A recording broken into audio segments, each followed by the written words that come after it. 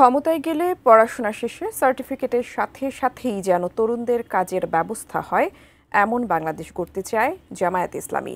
খুলনায় জুলাই সনদ বাস্তবায়ন ও পিআর পদ্ধতিতে জাতীয় নির্বাচন সহ 5 দফা দাবিতে বিক্ষোভ মিছিল ও সমাবেশে এমনটাই জানিয়েছেন দলটির সেক্রেটারি জেনারেল মিয়া গোলাম পরোয়ার।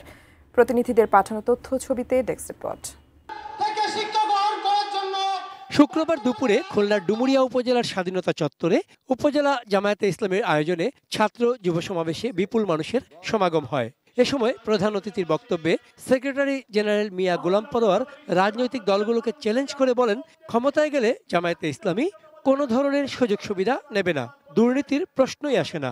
নোভা এলইডি টিভি, ঝকঝকে ছবি, নিখুঁত শব্দ, 5 বছরের ওয়ারেন্টি। নোভা মানে সঠিক মান, নিশ্চিত সেবা। ইউনিভার্সিটি, স্কুল, কলেজের ছেলেরা পাস করে বেরোবে, মাদ্রাসার ছেলেরা সার্টিফিকেট নিয়ে বেরোবে এক হাতে, আর এক হাতে আমরা তাদেরকে চাকরি দেবো, চাকরির ব্যবস্থা করব। চাকরি দিতে যদি না পারি তো বেকারদেরকে আমরা বেকার ভাতা দেবো ইনশাআল্লাহ।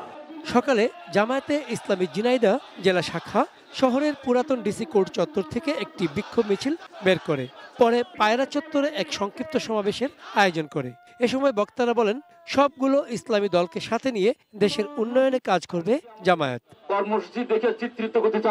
সকালে কুষ্টিয়া শহরের চৌরহাস এলাকা থেকে জামায়াতে ইসলামী ও তার বিভিন্ন ইউনিটের কয়েক হাজার নেতাকর্মী বিক্ষোভ মিছিল বের করে।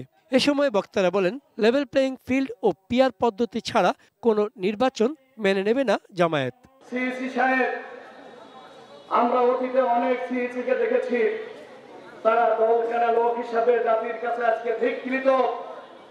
আমরা তাদের গলায় জুতার মালা দিতে যাই না, জনগণ দিয়েছে।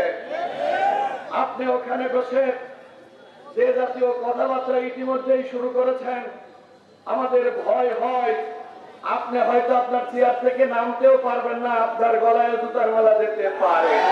হবিগঞ্জের সমাবেশ থেকে অবিলম্বে 5 দফা দাবি মেনে নিয়ে জাতীয় নির্বাচনকে গ্রহণযোগ্য করার আহ্বান জানান জামায়াত নেতারা।